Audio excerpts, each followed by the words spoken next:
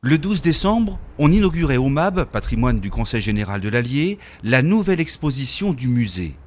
Ensorcelé, vous le serez sûrement, et c'est aussi le nom de cette exposition. Au MAB se dévoilent des objets de sorcellerie, prêtés pour l'occasion par 26 musées nationaux. On ne vous donnera pas de mode d'emploi pour les utiliser, mais des explications sur un thème longuement délaissé par les historiens.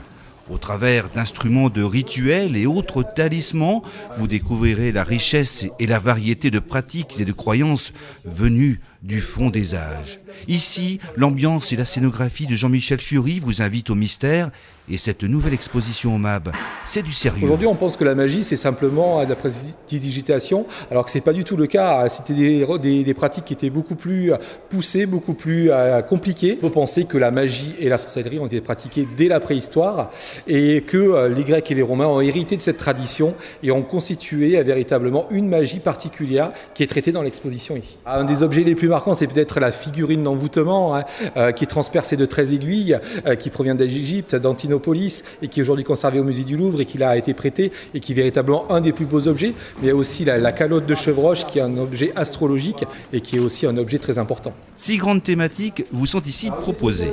Les divinités et les magiciens, la cache du magicien, l'envoûtement, la magie médicale et de protection, la divination et l'astrologie, la superstition. Vous deviendrez alors un grand sorcier, mais aujourd'hui, vous échapperez au bûcher. Est-ce que ça vous donne envie? Vous avez déjà essayé de faire de la magie? Non, pas vraiment, non. Pas vraiment, ça. C'est un peu extérieur à moi-même. Question trop vaste. Avec les aiguilles, c'est un peu... On va faire attention alors. Attention. Avec tout cela, Harry Potter n'est sûrement pas très loin. Et si vous avez l'impression ici d'être observé à la loupe, rien de plus normal.